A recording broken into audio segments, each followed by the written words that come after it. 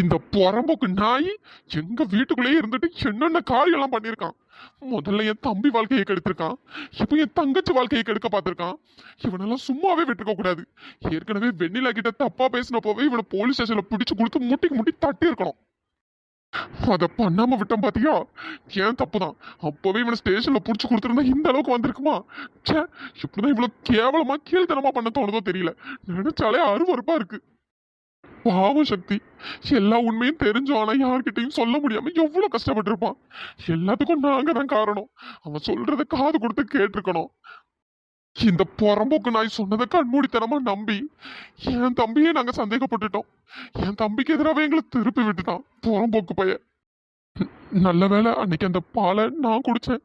இல்லைன்னா என் தங்கச்சி வாழ்க்கை என்ன இருக்கும். என்னால நினைச்சு கூட பார்க்க முடியல என் தங்கச்சி வாழ்க்கை என்ன இருக்கும்னு. ஆனா அன்னைக்கு அந்த பாலை குடிச்சிட்டு திரும்ப என்ன நடந்ததுன்னா எனக்கு சுத்தமா எதுவும் ஞாபகம் இல்லை. ஆனா ஏதோ ஒண்ணு பெருசா நடந்திருக்கு. அதனாலதான் வெண்ணிலா என் மேல இவ்வளவு கோவமா இருக்கா. பாலை குடிச்சிட்டு நேரா கிருஷ்ணான ரூமுக்கு போயிருக்கேன். அங்க ஏதோ தேவையில்லாம பண்ணியிருக்கேன். அந்த டைம்ல வெண்ணிலா வந்திருக்கா. வெண்ணிலா தான் என்னை கூப்பிட்டு ரூமுக்கு போயிருக்கா. அப்புறம் அப்புறம் என்ன நடந்தது எவ்வளவுதான் யோசிச்சு பார்த்தாலும் ஞாபகம் வரவே மாட்டேங்கி. ஆனா ஏதோ ஒண்ணு நடந்திருக்கு, பெருசா நடந்திருக்கு. அதனாலதான் வெண்ணிலா என் மேல இவ்வளவு கோவமா இருக்கா. ஏன்னா அதுக்கு முன்னாடி வரை என்கிட்ட நல்லா தான் பேசிட்டு இருந்தா. அதுக்கு அடுத்த நாள் காலையில தான் உங்களுக்கு எதுவும் ஞாபகம் இல்லைன்னு என் மேல ரொம்ப கோவப்பட்டா. அப்படி என்னதான் நடந்திருக்கும். இன்னைக்கு நடந்ததை பற்றி தான் தனியாக உட்காந்து யோசிச்சுட்டு இருக்காருன்னு நினைக்கிறேன். இதுக்கு மேலேயும் நம்ம இவர் மேலே கோவப்பட்டா அது நியாயமே இல்லை. ஏன்னா நடந்ததுக்கும் இவருக்கும் எந்த சம்மந்தமும் இல்லை. அந்த பண்ணாட போதை மாத்திரை கலந்து வச்ச பாலை குடிச்சதுனால தான் இந்த மாதிரி எங்களுக்குள்ளே எல்லாமே நடந்தது. அதனால தான் இவருக்கு எதுவுமே ஞாபகமே இல்லை போல. நான் வேற லூஸ் மாதிரி இவரை தான் சந்தேகப்பட்டேன். ஒருவேளை இவர் தான் ஏமாத்துறாரு, பொய் சொல்கிறாருன்னு நான் இவரை சந்தேகப்பட்டேன். ஆனால் இவருக்கும் அதுக்கும் எந்த சம்மந்தமும் இல்லை. இதுக்கு மேலே இவர் மேலே கோவப்பட்டா அது நல்லா இருக்காது. ஆனால் என் வாழ்க்கை தான் என்னாக போதோ எனக்கு சத்தியமாக தெரியல. அன்னைக்கு போதையில் நிறைய பேசினாரு. என்னை விரும்புகிறேன்னு என்னதெல்லாமோ சொன்னார். எது உண்மை எது பொய்ன்னு என்னால் நம்பவே முடியல. ஏதோ விதிப்படி நடக்கட்டும். அதுக்காக இவர் மேலே கோவப்பட்டு இருந்து எந்த பிரயோஜனமும் இல்லை. தெரிஞ்சு பண்ணால் பரவாயில்ல. இவருக்கே தெரியாமல் தான் எல்லாமே நடந்திருக்கு. இதுக்கு மேலே இவர் மேலே கோவப்பட்டு எந்த பிரயோஜனமும் இல்லை. சூர்யா மாமா. வெண்ணிலா, சொல்லு வெண்ணிலா. இல்லை, ஒன்றும் இல்லை. சும்மா தனியாக உட்காந்து எதையும் யோசிச்சுட்டு இருந்தீங்களா, அதனால தான் கூப்பிட்டேன். இல்லை வெண்ணிலா, அது இன்னைக்கு நடந்ததை பற்றி யோசிச்சுட்டு இருந்தேன், வேற ஒன்றும் இல்லை. சரி விடுங்க சூர்யா மாமா. அதே பற்றி யோசிச்சுட்டு இருந்தா என்ன அர்த்தம்? நீங்கள் காலையிலேருந்து சாப்பிடலன்னு நினைக்கிறேன். நான் உங்களுக்கு டிஃபன் எடுத்துகிட்டு வரவா? இல்லை வேண்டாம் வெண்ணிலா, இப்போதைக்கு எனக்கு பசிக்கல, எதுவும் வேண்டாம். இல்லை, நீங்கள் ஒன்றுமே சாப்பிடலன்னு நினைக்கிறேன். நான் கொஞ்சமாக எடுத்துகிட்டு வரேனே. வேண்டாம் வெண்ணிலா, நான் அப்புறமா சாப்பிட்டுக்கிறேன். ம், சரி. மீனாட்சி, நான் பெரிய தப்பு பண்ணிட்டேன்ல. என்ன நினைச்சா என் மேல எனக்கு அவ்வளவு கோவம் வருது. நான் என் பையனை எப்படியெல்லாம் திட்டிருக்கேன், என்ன மாதிரி வார்த்தைலாம் போட்டு பேசியிருக்கேன். ஆனா அவன் எதையுமே மனசுல வைக்காம எதுவுமே நடக்காத மாதிரி என் மேல எந்த கோவமும் இல்லாத மாதிரி என்கிட்ட பேசினா பாத்தியா. என் பையன் உண்மையாவே ஒசந்துதான் நிக்கிறான். ஆனா அவனை பத்தி எதுவுமே புரியாம நான் தான் அவனை தப்பா நினைச்சிட்டேன், தப்பா பேசிட்டேன். ஏங்க, நம்ம பண்ணது பெரிய பாவம் தாங்க. நம்ம பையனை நம்மளே நம்பி இருக்கணும் தான். நம்பாம இருந்துட்டோம். ஆனா இதுக்கப்புறம் அந்த மாதிரிலாம் எதுவும் நடக்காம நம்ம நல்லபடியா அவங்ககிட்ட இருப்போங்க. நீங்க பழசையே நினைச்சு இது பண்ணிட்டு இருக்காதீங்க. மனசே விட்டு போச்சுமா மீனாட்சி. நான் அவனுக்கு எந்த அளவுக்கு காயப்படுத்திருக்கேன். நான் ஒரு நாளாச்சும் நல்லா பேசிட மாட்டேனான்னு அவன் ஏங்கி இருக்கான். ஆனா நான் அவனை பார்க்கும் போதெல்லாம் கழிச்சே தான் கொட்டிட்டு இருந்திருக்கேன். உண்மையாவே இந்த மாதிரி ஒரு பையனை பெற்றதுக்கு நான் என்ன புண்ணியம் பண்ணேன்னு தெரியல. இப்போதாம என் பையன் அருமை எனக்கு புரியுது. இப்ப வச்சு இந்த உண்மை நமக்கு தெரிஞ்சிச்சேங்க. இந்த உண்மை மட்டும் நமக்கு தெரியலன்னா நம்ம காலம் முழுக்க நம்ம பையனை தான் தப்பா நினைச்சிருப்போம். புறம்போக்கு இந்த ரவி பையன் நல்லவ மாதிரியே நம்ம அவ்வளவுகிட்டே நடிச்சு நாடகம் ஆடி நம்ம பையனை தப்பு பண்ண மாதிரி ஆக்கி விட்டானுங்க. நல்ல வேளை இந்த அபி பொண்ணு எப்படியோ கண்டுபிடிச்சு எல்லா உண்மையும் வெளியே கொண்டு வந்துட்டான். இல்லைன்னா காலம் முழுக்க அந்த பழியோட தானங்க அவனும் இருந்திருப்பான். நம்மளும் அவனை தப்பாவே தான் நினைச்சிட்டு இருந்திருப்போம். ஆமா மீனாட்சி, இத்தனைக்கும் இந்த உண்மை நம்ம பையனுக்கு ஏற்கனவே தெரிஞ்சிருக்கு. தெரிஞ்சவன் நம்ம கிட்ட சொல்லாம இருந்திருக்கான். அதுக்கும் நம்ம தான் காரணம். சொல்லியிருந்தா என்ன இவங்க மட்டும் என்ன நம்பிடவா போறாங்கன்னு அவன் நம்ம கிட்ட சொல்லாம இருந்திருக்கான். அப்படியே அவன் அந்த நேரத்துல சொல்லியிருந்தாலும் நம்ம அவனை நம்பி இருக்க மாட்டோம்லாமா மீனாட்சி. எவ்வளவு பெரிய முட்டாளா இருந்திருக்கேன். ஊர்ல இருக்க எத்தனையோ குடும்பத்துக்கு நான் நல்லது பண்ணிருக்கேன். ஆனா என் கூடவே இருக்க என் பையனுக்கு நான் கெட்டதை மட்டுமே தினமும் பண்ணிட்டு இருந்திருக்கேன்.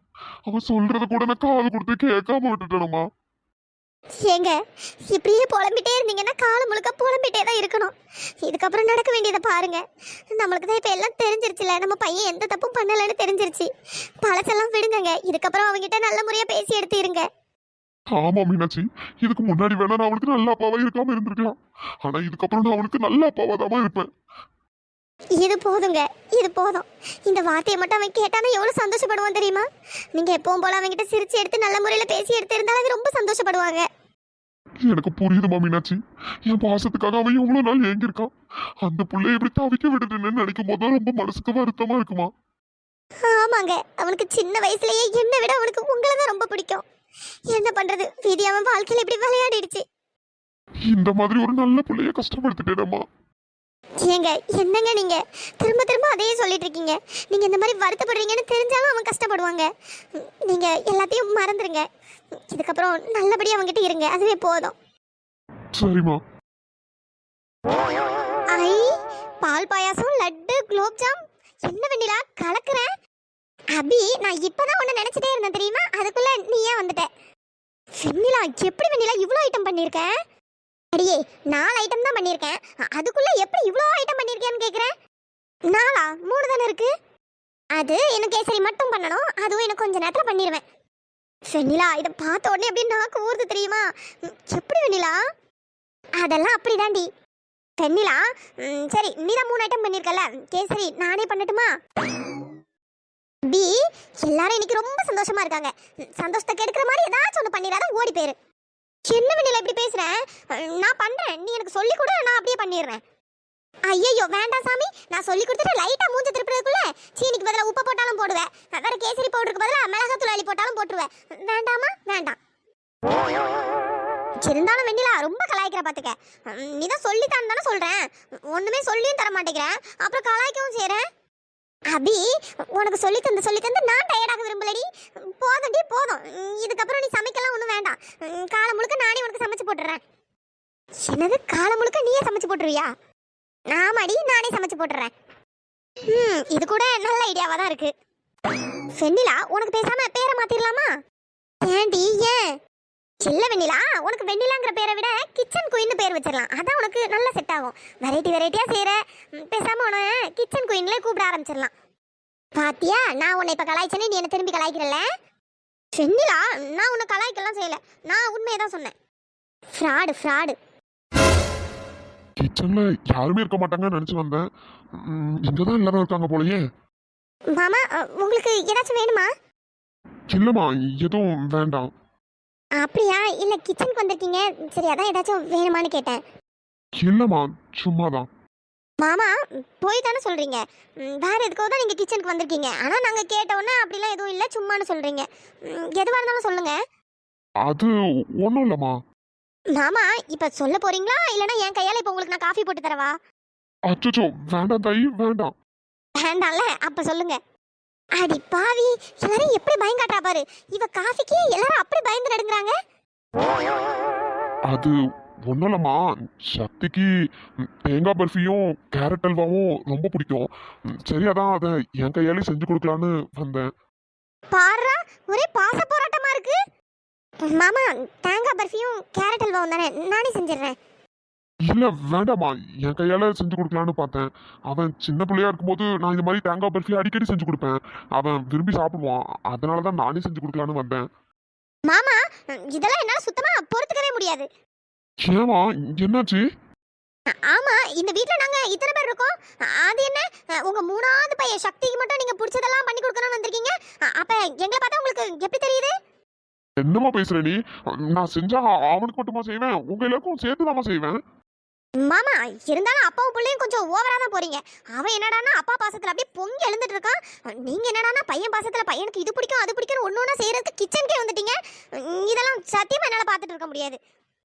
அட கொடுமையே, சரி என் பையனுக்கு பிடிக்குமேன்னு செய்யலான்னு வந்தேன். அது ஒரு குத்தமா? இல்ல மாமா, நீங்க செஞ்சு கொடுக்கணும்னு ஆசைப்பட்டதெல்லாம் தப்பு இல்ல. ஆனா உங்க 3ஆவது பையனுக்கு பிடிச்சதை மட்டும் செய்யணும்னு வந்திருக்கீங்க பாத்தீங்களா, அதுதான் தப்பு. அப்ப எங்களெல்லாம் உங்களுக்கு பிடிக்காது அப்படிதானே? அவன் தானே உங்களுக்கு முக்கியமா போயிட்டான். ஐயோ, என்னம்மா சொல்ற நீ? அப்படியெல்லாம் எதுவும் இல்லை. நீங்க போய் தானே சொல்றீங்க மாமா. நீங்க எத்தனை நாள் சொல்லிருக்கீங்க உங்களுக்கு என்னதான் ரொம்ப பிடிக்கும்னு? நான் தான் உங்க பொண்ணு மாதிரின்னு என்னதான் உங்களுக்கு ரொம்ப பிடிக்கும்னு சொல்லுவீங்க. இப்போ என்ன நீங்க அவனுக்காக ஒண்ணா தினசு தினசா செய்யறதுக்காக வந்திருக்கீங்க? அப்போ உங்களுக்கு என்ன பிடிக்காதா? உங்களுக்கு அப்ப அவனை தான் ஃபர்ஸ்ட் பிடிக்குமா? ஐயோ, நீ நம்ம இப்படி எல்லாம் சொல்லிட்டு இருக்க? அப்படியெல்லாம் இல்லம்மா. எனக்கு என் மருமகளையும் ரொம்ப பிடிக்கும், அதே மாதிரி என் பையனையும் ரொம்ப பிடிக்கும். இதெல்லாம் சரியில்லை மாமா. இருந்தாலும் உங்க பாச போராட்டம் கொஞ்சம் ஓவரா தான் போகுது. பாத்துக்கோங்க. ஐயோ அபி, அப்படியெல்லாம் எதுவும் இல்லம்மா.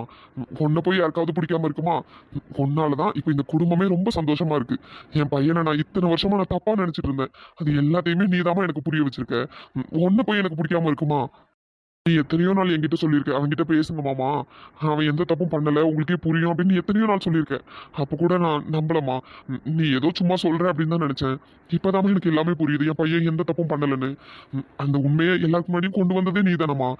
ஒன்னும் எங்களுக்கு பிடிக்காம இருக்குமா?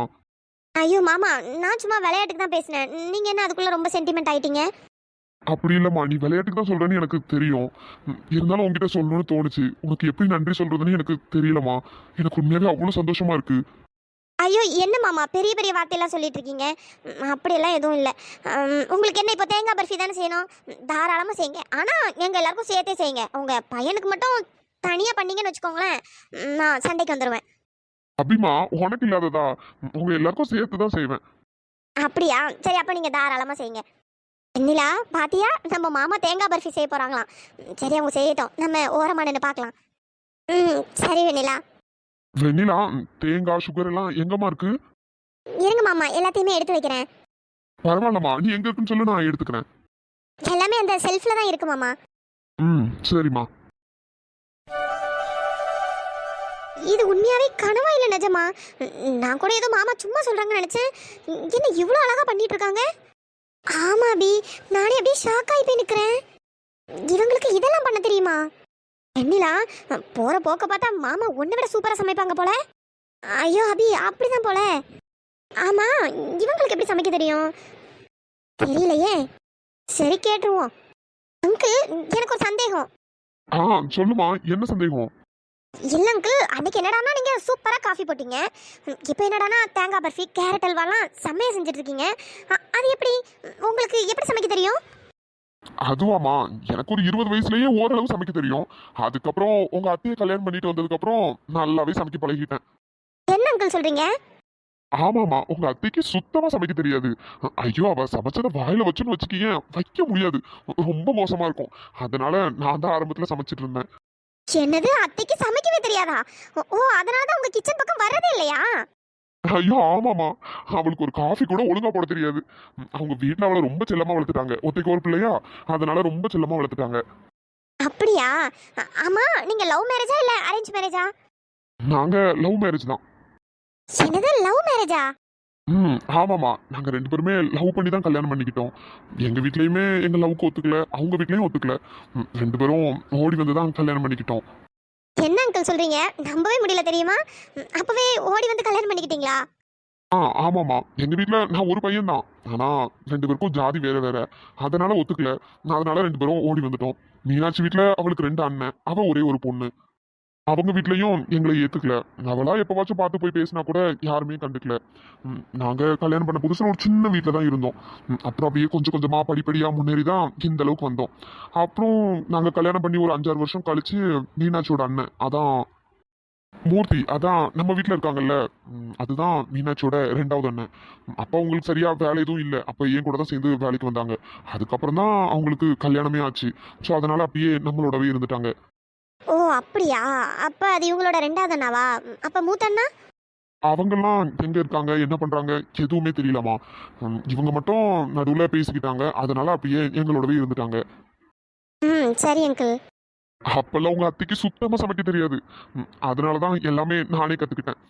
அதுக்கப்புறம் சுந்தரி வந்ததுக்கு அப்புறம் கொஞ்சம் கொஞ்சம் 2 பேரும் சேர்ந்து தான் பண்ணாங்க. அதுக்கப்புறம் 2 பேராலையும் முடியல. அதுக்கப்புறம் தான் வெண்ணிலா வந்தா. ஓ அப்படியா அங்கிள்? நான் கூட அதான் யோசிச்சுட்டே இருந்தேன். நீங்க இந்த அளவுக்கு எல்லாமே பண்றீங்களே, உங்களுக்கு எப்படி பண்ண தெரியும் அப்படின்ட்டு. எனக்கு எல்லாமே நல்லா சமைக்க தெரியுமா. கிட்டத்தட்ட நீயும் மாமியாரும் ஒரே கேட்டகரி தான். 2 பேரும் என்ன செஞ்சாலும் அதை வாயில வைக்க முடியாதுதான். என்ன மாமா, போற போக்குல என்னைய கலாய்க்கிறீங்க? அச்சோ, சும்மா சொன்னமா. சரி சரி. சரிம்மா, இங்க பர்ஃபி ரெடி ஆயிடுச்சு. இதை அப்படியே வச்சு பீஸ் மட்டும் போட்டா போதும். அங்கிள் வாசனையே மூக்க தொலைக்குது. சீக்கிரமா கொடுங்க, டேஸ்ட் பார்த்துடலாம். சரிம்மா. ஏங்க ஏங்க எனக்கு ரொம்ப பயமா இருக்குங்க. என் பையன் காலம் முழுக்க ஜெயில இருந்துருவானு எனக்கு ரொம்ப பயமா இருக்குங்க. அவனை எப்படியாச்சும் வெளியே கொண்டு வாங்க. ஏற்கனவே என் பொண்ணு வாழ்க்கை வீணாயிடுச்சு. நான் ஒரு நாள் கூட தூக்கம் இல்லாம அதே நினைச்சு கவலைப்பட்டுட்டு இருக்கேன். இப்ப போதாத குறைக்கு என் பையனையும் ஜெயில தூக்கி வச்சுட்டானுங்க. எங்க எப்படியாச்சும் வெளியே கொண்டு வாங்குங்க. ஐயோ கடவுளே, நான் இப்ப என்ன பண்ணுவேன்? என்னால முடிஞ்ச அளவு போராடிட்டேங்க. ஐயோ என் பையன் ஜெயிலுக்கு போயிட்டானே. என்னங்க அமைதியாவே நின்றுட்டு என்னங்க அர்த்தம்? அவனை எப்படியாச்சும் வெளியே கொண்டு வாங்குங்க. பாவி பையன் இவ்வளவு பெரிய உண்மையை நம்ம கிட்ட இருந்து மறைச்சிட்டானுங்க. இது முதல்ல நம்ம கிட்ட சொல்லியிருந்தா ஏதாச்சும் ஒண்ணு பண்ணி அவனை காப்பாத்திருக்கலாம், இல்ல ஏதாச்சும் ஒண்ணு பண்ணிருக்கலாம். நமக்கு ஒண்ணுமே தெரியாம இருந்துட்டோமங்க. இப்படி நம்ம கிட்ட இருந்து உண்மையை மறைச்சதெல்லாமே இப்ப இப்படி ஜெயில போய் இருக்கானுங்க. அவன் வாழ்க்கை என்ன ஆகும்? ஐயோ கடவுளே, நான் பெத்த பிள்ளைங்க 2 பிள்ளைங்க வாழ்க்கை எப்படி வீணா போயிடுச்சு. அதை பார்த்து பார்த்து என் கண்ணுல இருந்து ரத்த கண்ணீர் வருதுங்க. சுந்தரி, எனக்கும் கஷ்டமா தான் இருக்கு. என்ன பண்றதுன்னு தெரியலம்மா. என்ன பண்றதுன்னு தெரியலன்னா என்னங்க அர்த்தம்? ஏதாச்சும் பண்ணி எப்படியாச்சும் என் பையனை வெளியே கொண்டு வாங்க. என் பையனை எப்படியாச்சும் வெளியே கொண்டு வாங்கங்க. இதுக்கெல்லாம் காரணம் இந்த குடும்பம் தான். இந்த குடும்பத்தை நான் சும்மா விட மாட்டேன். எனக்கு வர்ற கோவத்துக்கு இந்த குடும்பம் மொத்தத்தையும் அந்த அளவு கொலை பண்ணிடலாம் போல தோணுது. நீ என்ன சொல்ற சுந்தரி? நீ என்ன சொல்ற? ஐயோ கடவுளே, முதல்ல என் பையனை வெளியே கொண்டு வர வழியை பாருங்க. ஏற்கனவே என் பொண்ணு ஜெயில கிடந்து கஷ்டப்படுறான். இப்ப என் பையனும் போயிட்டான். அத முதல்ல என்னன்னு பாருங்க. அதுக்கப்புறம் இந்த குடும்பத்தை பழி வாங்குறதெல்லாம் பாத்துக்கலாம். இல்ல சுந்தரி, எனக்கு ஆத்திரம் தீரல.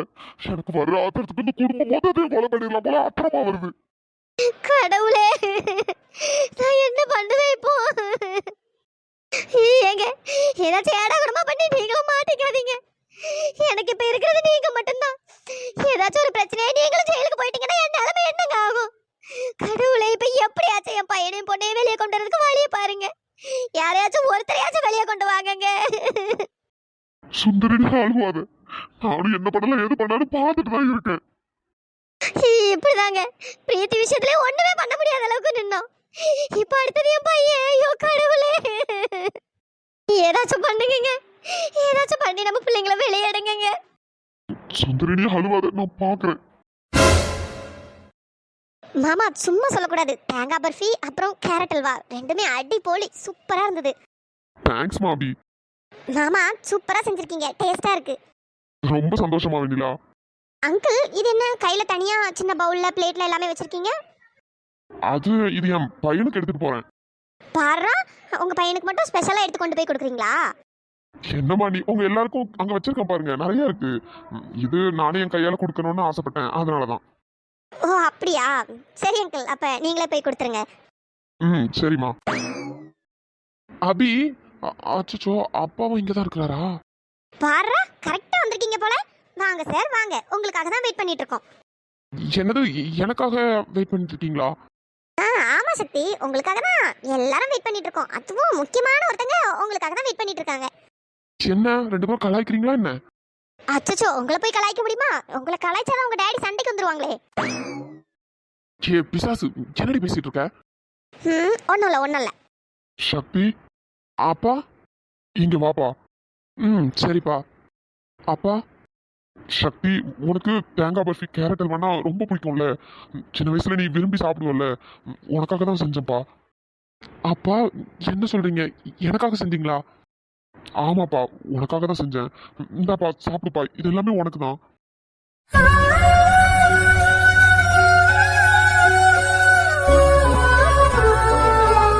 அப்பா, உண்மையாவே நீங்க எனக்காக செஞ்சீங்களா? என்னப்பா நீ, உனக்காக தான்ப்பா செஞ்சேன். உனக்கு ரொம்ப பிடிக்கும்ல. தேங்க்ஸ்ப்பா. எனக்கு எவ்வளவு சந்தோஷமா இருக்கு தெரியுமா? நீங்க எனக்காக செஞ்சீங்கன்னு சொன்னப்போ ரொம்ப சந்தோஷமா இருக்குப்பா. இந்தாப்பா சாப்பிடுப்பா, நான் உனக்காக தான் செஞ்சேன். சக்தி, மாமா உனக்காக தான் ஒன்னொன்னத்தையும் பார்த்து பார்த்து செஞ்சாங்க. ஆமாப்பா, சாப்பிடு. தேங்க்ஸ்ப்பா, உண்மையாவே ரொம்ப சந்தோஷமா இருக்கு. நீங்க எனக்காக செஞ்சேன்னு சொன்னதும் எவ்வளவு சந்தோஷமா இருக்கு தெரியுமா? இந்த அப்பா மேல எந்த கோபமும் இல்லைல்லப்பா. என்னப்பா நீங்க எப்ப பார்த்தாலும் இதையே கேட்டுட்டு இருக்கீங்க? உங்க மேல எனக்கு எந்த கோபமும் இல்லை. சந்தோஷம்ப்பா, சாப்பிடுப்பா. சரிப்பா.